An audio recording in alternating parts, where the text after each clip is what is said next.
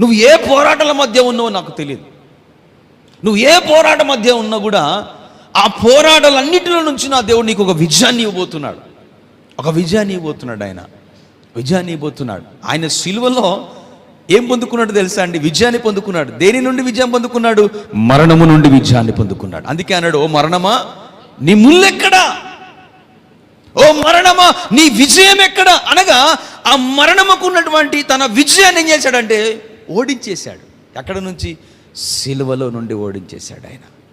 అందుకే అంటున్నాడు, ఓ మరణమా నీ ముల్లెక్కడా. ఏం చేశాడు? ఆయన ముళ్ళను విరగొట్టేశాడు, అంతే, కాల్చి పడేశాడు, అంతే.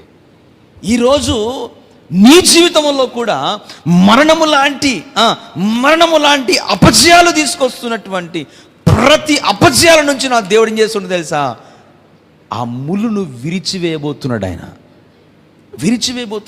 నీకు విజయాన్ని ఇవ్వబోతున్నాడు.